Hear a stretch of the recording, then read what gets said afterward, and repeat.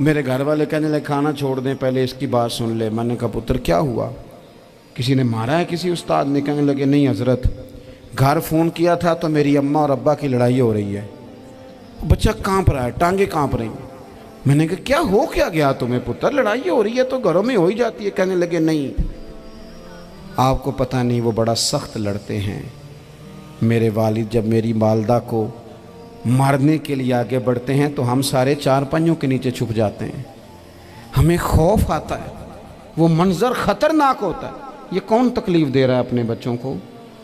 یہاں بیٹھے ہمارے ہاں میلوں دور رہتے تھے اس کے گھر والے، تو وہ تکلیف میں تھا، تو گھر میں کیا کیفیت ہوگی؟ اگر حوصلہ ہو، صبر ہو، قناعت ہو، اللہ کے دیے ہوئے تھوڑے رزق پر ہمیں راضی رہنا آتا ہو، ہمارے گھروں میں سکون آئے، اطمینان آئے، ہم جو زندگی بڑی خوشی خوشی گزار سکتے ہیں۔ ہمارے مزاجوں کا لالچ، ہماری طبیعتوں کی بے راہ روی، ہماری جھوٹی انا کا بت، ان ساری چیزوں کو ختم کر دیتا ہے۔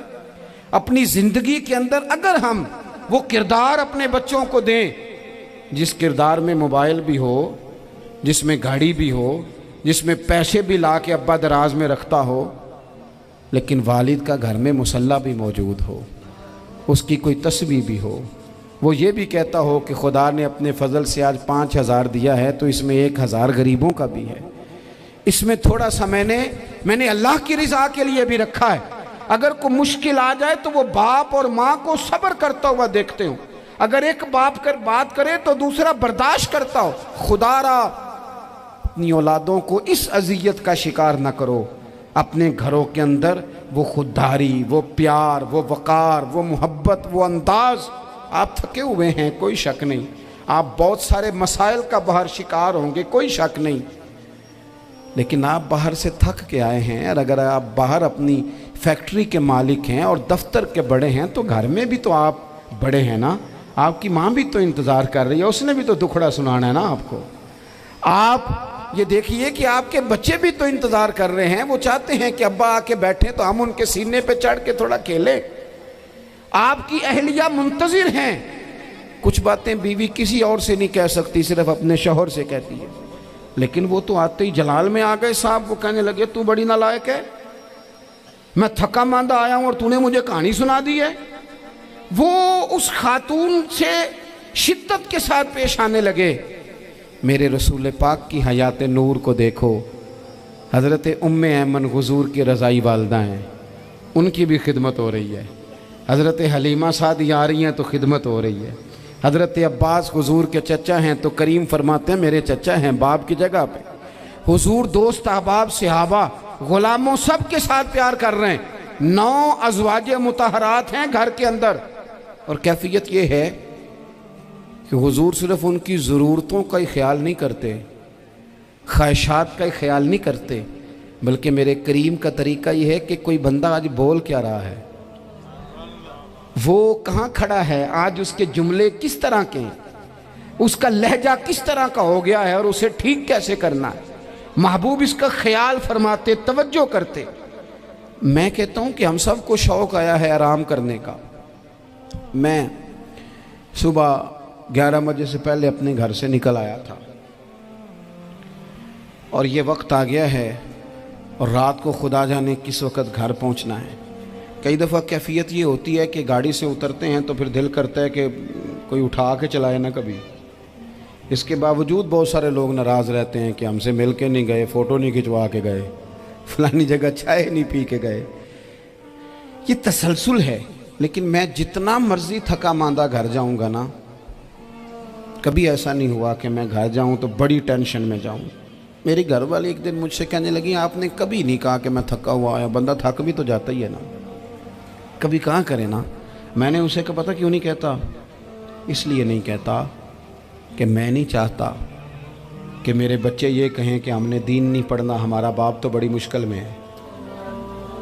ہم اپنے کام کے بارے میں اپنے گھر میں شکوے کرتے ہیں، آپ کسی بچے سے پوچھ لیں کون سا کام کرنا ہے، کہ اندر جڑا ابا جی کر دے رہے ہیں وہ نہیں کرنا۔ کیوں؟ کہ ابا جی ہر روز تو کہتے ہیں میں بڑا الجھ گیا ہوں، یہ کام بڑا مشکل ہے۔ میں چاہتا ہوں کہ میں اپنے بچوں کو یہ بتاؤں کہ پتر میں تو جدھر جاتا ہوں پھول ہی پھول ہیں، میں تو جدھر سے گزرتا ہوں محبت ہی محبت ہے، میں تو جدھر سے دیکھتا ہوں دعائیں ہی ملتی ہیں، تاکہ ان کا شوق پیدا ہو۔ میرے عزیز، آپ تھوڑا سا دل بڑا کریں۔ اگر آپ ایک کی وجہ سے پورا گھر سکون میں آ جاتا ہے تو آپ دل بڑا کیوں نہیں کرتے؟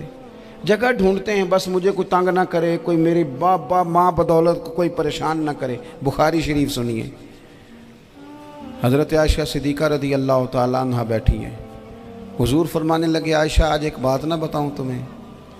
یا رسول اللہ بتائیے۔ حضور فرمانے لگے جب تم مجھ سے ناراض ہوتی ہو تب بھی مجھے پتہ چل جاتا ہے، اور جب راضی ہوتی ہو پھر بھی پتہ چل جاتا ہے۔ تو حضرت سیدہ عائشہ صدیقہ بات سن کے بڑی خوش ہوئیں، یا رسول اللہ وہ کیسے؟ حضور فرمانے لگے کبھی کبھی تم قسم اٹھاتی ہو۔ یا رسول اللہ ہاں۔ فرمایا جب ہوتی ہو نا راضی، خوش، تو پھر کہتی ہو مجھے رب محمد کی قسم صلی اللہ علیہ وسلم، پھر تم میرے نام کے ساتھ رب کریم کا نام ملا کے قسم اٹھاتی ہو، رب محمد کی قسم۔ یا رسول اللہ بالکل ایسے ہی ہے۔ اور فرمایا جب تمہارے دل میں کوئی بات ہوتی ہے نا تو پھر تم کہتی ہو مجھے رب ابراہیم علیہ السلام کی قسم، پھر تم رب محمد نہیں کہتی۔ یہ بخاری مسلم میں موجود ہے۔ حضرت عائشہ صدیقہ نے تو بات سنی تو کھل گئی طبیعت، کہنے لگی کریم صدقے جاؤں، یہاں تک خیال فرماتے ہو؟ کس کے جملے کہاں پہنچ گئے، یہاں تک خیال ہے؟ فرمایا مجھے پتہ چل جاتا ہے کہ تمہاری کیفیت کیا ہے، کہاں کھڑی ہو۔ اور بھئی ہم تو اپنی ماں کا بھی خیال نہیں رکھتے۔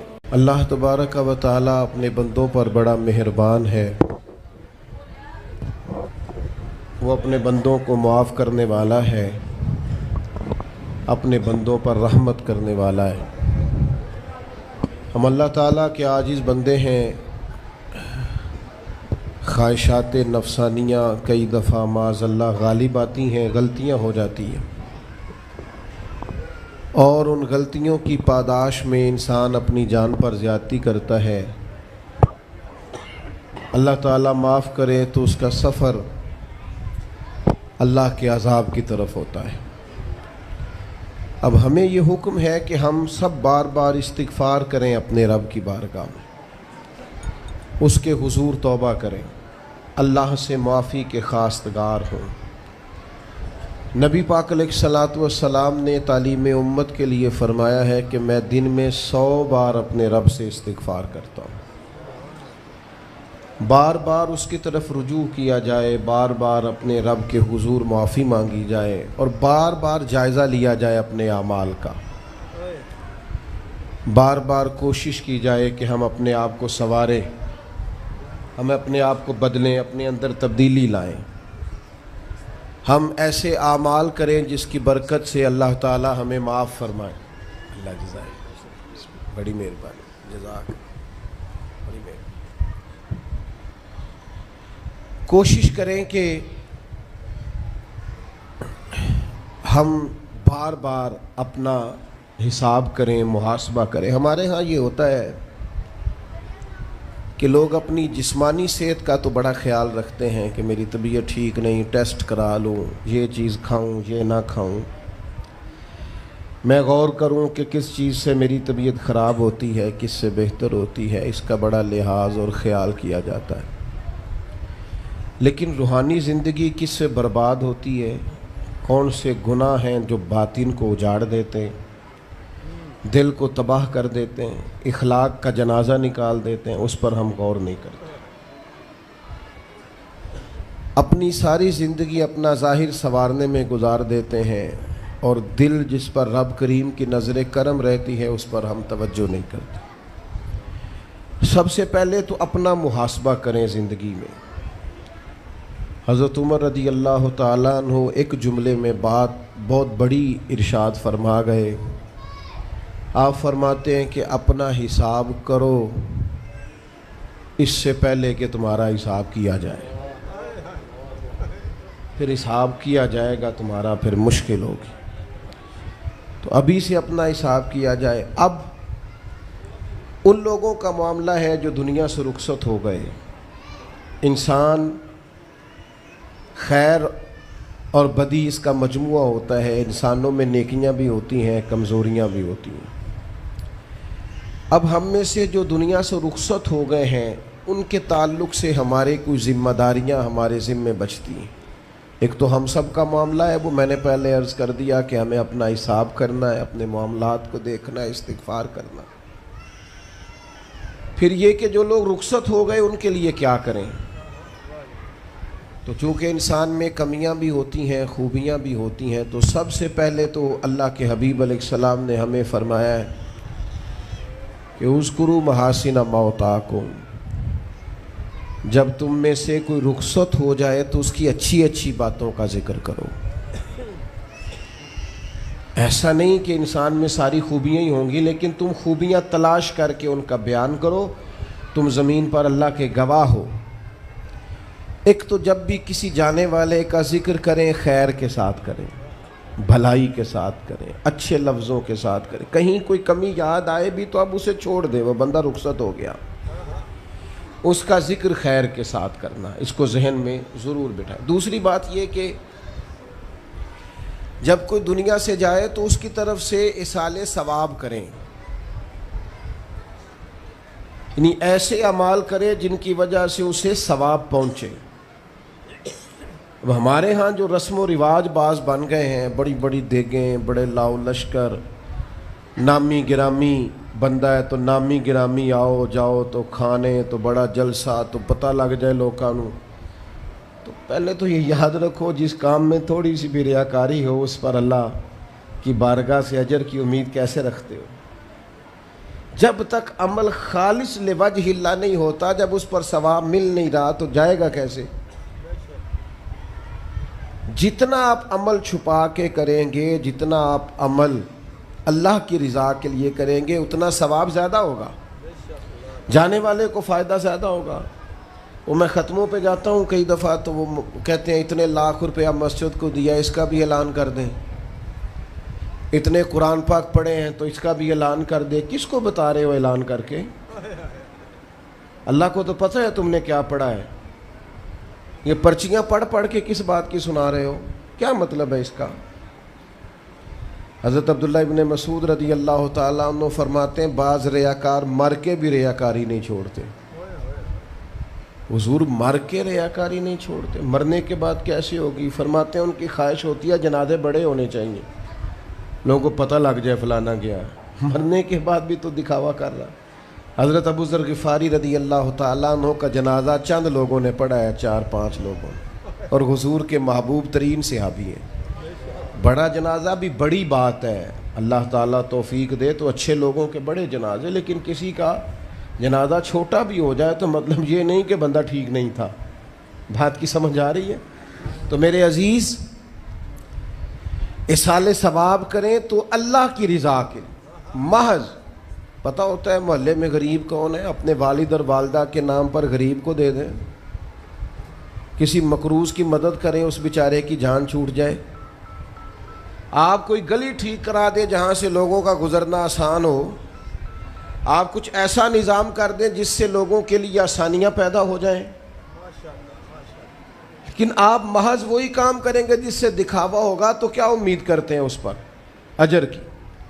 تو اصالِ ثواب دیکھیں قوم کو ضرورت کیا ہے، وہ والا اصالِ ثواب کریں. حضرت سعد رضی اللہ تعالیٰ عنہ نے جب آن کر کے عرض کیا تھا کہ یا رسول اللہ صلی اللہ تعالیٰ علیہ وسلم میری والدہ کا انتقال ہو گیا ہے تو میں ان کے لیے کیا کروں؟ تو محبوب نے فرمایا کہ فلاں جگہ پانی کی قلت ہے تو وہاں کنواں کھدوا دے. معنی کیا ہے کہ اس پانی پینے سے اللہ تبارک و تعالیٰ تیری ماں کو اس کا اجر عطا فرمائے گا.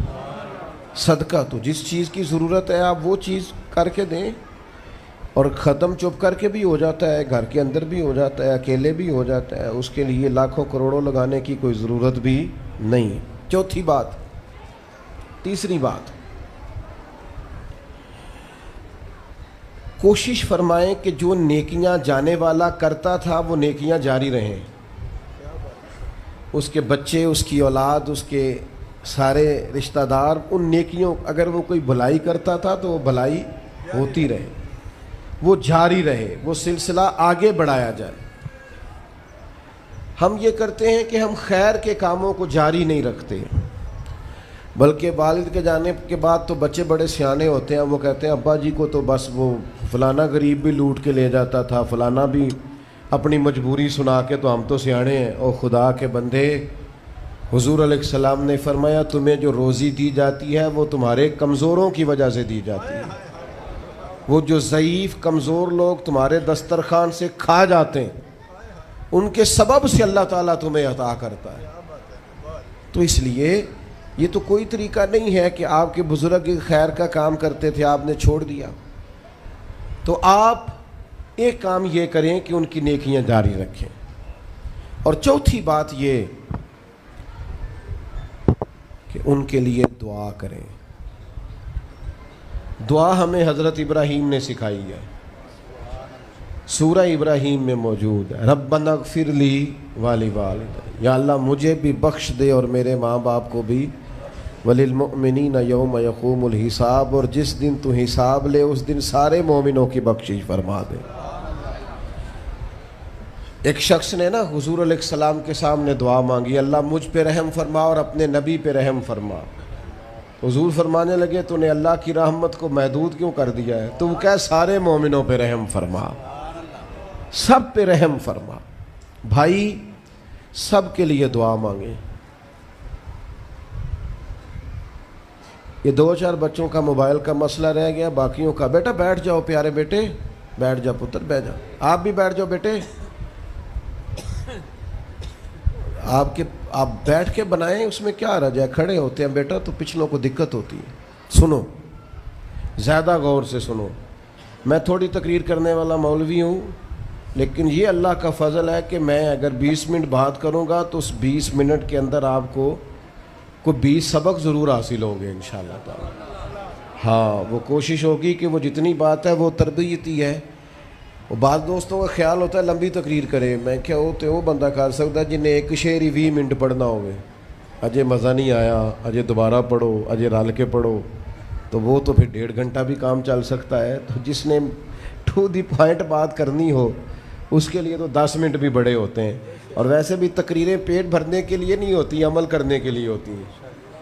اب تو میں ویسے بھی ذرا مصروف زیادہ ہو گیا ہوں، بہت ساری جگہوں پہ جا نہیں پاتا، تو ایک جگہ میں گیا تو ایک بزرگ مجھے کہنے لگے پچھلی دفعہ تسی 40 منٹ تقریر کی تھی سی، حید کی زیادہ کرنی۔ میں کہا 40 منٹ والی تی عمل ہو گیا جی۔ تو اگر تقریریں کانوں کی لذت کے لیے سننی ہے تو سنتے رہیں، پھر تو کئی راتیں لوگ جلسے سنتے ہیں۔ مقصود کیا ہے، نتیجہ کیا ہے؟ جو عرض کر رہا ہوں اس پر غور کریں، سب کے لیے دعا کریں۔ ایک بات خاص کرنے لگا ہوں، حضرت ابراہیم نے تو بخشش بھی سب لوگوں کی مانگی، حضور علیہ السلام بھی دعا کرتے تو امت کے لیے دعا کرتے۔ کبھی اپنے بھائی کے لیے بھی تو دعا کرو نا یار، اللہ تعالیٰ اسے بھی ذرا زیادہ روزی دے، بھتیجوں کے لیے بھی دعا کرو، بھانجوں کے لیے بھی کرو۔ توجہ ہے آپ کی میری بات؟ ادھر دیکھیں جی، غور کریں بات۔ ویسے دعا کرنی چاہیے کہ نہیں محلے داروں کے لیے کہ یا اللہ ادھر والا پڑوسی بھی امیر کر دے تو ایس پاسے والا بھی ہنس دے ہو ہاں نہ نہیں کر دے، یہ دعا مانگنی چاہیے کہ یا اللہ میرے پڑوسیوں کو۔ نہیں آپ بول ہی نہیں رہے، تسا کتوں منگنی دعا؟ منگنی چاہیے نا، مانگتے ہیں ہم۔ ایسی ہوا چلی ہے کہ ہر شخص سوچتا ہے تمام شہر جلے بس ایک میرا گھر نہ جلے۔ او خدا کے بندے کبھی محدود نہ کر خدا کی رحمت، سب کے لیے مانگ اس سے، وہ بڑا کریم ہے۔ تو کہہ یا اللہ سب کو دے اور سب کے صدقے ہمیں بھی دے۔ لیکن ہم نہ دعاؤں میں بھی اپنا ظرف اور حوصلہ بڑا نہیں کرتے، گنجائش پیدا نہیں کرتے۔ دیکھو داتا گنج بخش علی حجویری رحمۃ اللہ علیہ نے لکھا ہے کہ ایک بندہ نا حج کرنے گیا تو ہر جگہ دعا مانگتا تھا، یا اللہ میرے دوستوں کو نیک کر دے، یا اللہ میرے دوستوں کو نیک کر دے۔ عرفات میں بھی، مینا میں بھی، مزدلفہ میں بھی، بیت اللہ شریف کے پاس بھی، ہر جگہ یا اللہ میرے دوستوں کو اچھا کر دے۔ ایک بندے نے اسے کہا یار یہ عجیب دعا کرتا ہے تو، میرے دوستوں کو نیک کر دے, اپنے لیے بھی تو مانگنا. تو کہنے لگا اللہ کے بندے میں ہر وقت دوستوں کے بیچ رہتا ہوں, اگر وہ نیک ہو گئے تو میں بھی انشاءاللہ ہو جاؤں گا. ان کی صحبت میرے اوپر بھی اچھا اثر ڈالے گی, چونکہ رہتا جو ان کے بیچ ہوں.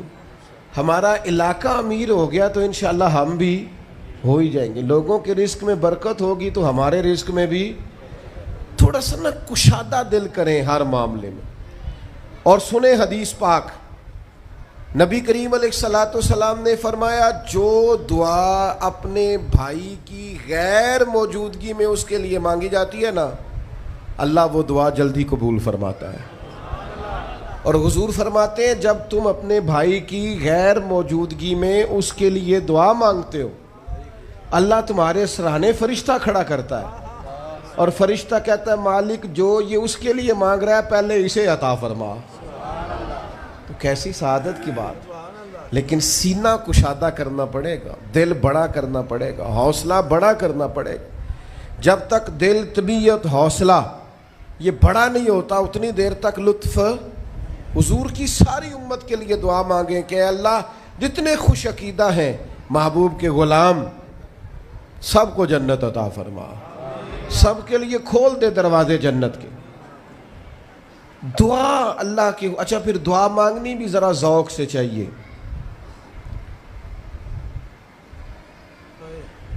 کسی بندے نال ذاتی کام ہوئے, ذاتی کوئی لوڑ پہ جائے وہ کیویں کرائی دا پلا جی. تو پتہ ہے سارے گل دا. السلام علیکم جناب. کہندا وعلیکم السلام. کتنے ہو جی؟ میں تے دور ہاں کدھرے, تسی حکم کرو. کہندا نہیں ٹیلی فون والی گل ہی نہیں, مینوں مل کدھرے. اور رات کو کسی وقت کہتا میں 2 بجے آؤں گا, میں جاگنا یار مجبوری بڑی ہے, تو پاویں 3 بجے آ مینوں مل کے سویں. پھر اس کو جا کے مجبوری بتاتے ہیں, کلیاں قسمیں اٹھاتے ہیں. اور یہ بھی اس کو کہتے ہیں بار بار کہ میں سارے دوستاں سنگیاں ساتھیاں ساکاں نو آکھ بیٹھا تیرے تو بغیر گل کو نہیں سنی کسی بھی. پورا قائل کرتے ہیں اس کو, پورا مجبور کر دیتے ہیں مدد کرے. کرتے ہیں کہ نہیں ایسا لوگ کرتے ہیں نا. اور تمہیں پتہ ہے بندہ کیسے مانتا ہے, منا لیتے ہو تو سیکھ جاؤ نا رب کیسے مانتا ہے.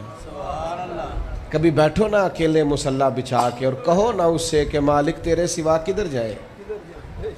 کس سے کہیں, کس کی بارگاہ میں عرض کریں, کون ہے جس کے حضور جائیں. وہ ایک بزرگ تھے تو ان کی بڑے درد سے دعا مانگتے تھے. تو کسی نے کہا کہ آپ نے دعا مانگنے کا طریقہ کس سے سیکھا؟ کہنے لگے اپنی بیوی سے.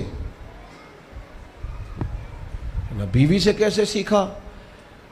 تو وہ کہنے لگے میری بیوی کو کوئی کام تھا گھر کا, کوئی خرچہ اس نے مجھے بتایا, تو میں نے اسے کہا ابھی میرے پاس پیسے کوئی نہیں, آتے ہیں کہیں سے تو دیتا ہوں, کرا دیں گے. عورتوں کی عادت ہوتی ہے 2-4 دن کے بعد پھر یاد کرایا کہ وہ کام گھر کا ہونے والا ہے, پیدا کیا ہے, بتا تیری بارگاہ میں عرض نہ کروں تو پھر میں کس سے کروں. بندے تو بات سنتے ہیں تو پھر وہ پردے کھول دیتے ہیں, دیتے کچھ نہیں اور لوگوں کو سناتے ہیں فلانا آیا جی پیسے پہ منگدا ہے. ایک سنگی سی ایک دفعہ تے انہیں پائی وہ تگڑا ہے چنگا, دور کسی سنگی کو لونے کو مدد لئی تھوڑی. میں نے کہا یار تیرا بھائی ٹھیک ٹھاک ہے؟ وہ کہتا ہے دیندا تے ہے پر بدنامی بڑی کرتا ہے, سب نو دس چھڑتا ہے. عزت رب کی بارگاہ میں بندہ عرض کرتا ہے تو بندے کا پردہ بھی رہ جاتا ہے اور وہ عطا بھی کر دیتا ہے. میرے دوستو دعائیں شوق سے مانگو, دعائیں درد سے مانگو. وہ اکبر الہٰبادی نے کہا تھا مصیبت میں بھی اب یاد خدا ہم کو نہیں آتی. دعا منہ سے نہ نکلی, جیبوں سے عرضیاں ہی نکلیں. دفتروں میں درخواستیں جمع کرانے کے لیے بڑا وقت ہے, اس کی بارگاہ میں کیوں نہیں بیٹھتے؟ اس کے حضور حاضر کیوں نہیں ہوتے جو پردہ پوشی کرے, اپنے بندوں کو نوازے؟ اور 10 منٹ نکال کے اس کی بارگاہ میں آ تو صحیح. حضور فرماتے ہیں رب کہتا ہے میرا بندہ جب میری بارگاہ میں ہاتھ اٹھاتا ہے مجھے حیا آتی ہے, میں خالی واپس کیسے کر دوں؟ جاتے ہی نہیں, عرض ہی نہیں کرتے. دعا تو مومن کا ہتھیار ہے, طاقت ہے بندے کی, شان ہے. ہر دکھ سکھ رب رسول کی بارگاہ میں کرے.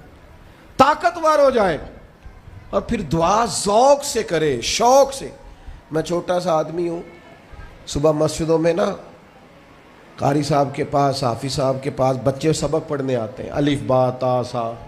میری طرح کا سب سے چھوٹا مولوی بھی سبق پڑھا رہا ہو نا, تو بچہ سبق پڑھاتے ادھر ادھر دیکھے تو قاری صاحب تھپڑ مارتے, کہتے ادھر تک کوئی سبق میرے سے پڑھ رہا, دیکھ ادھر رہا ہے. اور بات بھی ٹھیک ہے کہ وہ بچہ کیسے پڑھے گا جس کا دھیان ہی نہیں, لفظوں کی پہچان ہی نہیں ہوگی. ڈانٹتے ہیں استاد, ادھر توجہ کر. عجیب لوگوں نے رب سے دعا مانگ رہے ہیں, دھیان کسی اور طرف ہے, دل کسی اور طرف ہے, ذوق کسی اور طرف, توجہ ہی کوئی نہیں. مانگ اللہ سے رہیں. بارگاہ کتنی بڑی ہے اور رٹی رٹائی دعائیں چل رہی ہیں, دعاؤں میں باتیں ہو رہی ہیں. ان تے بندے دعا دے ٹائم بھی موبائل نہیں بند کر دے.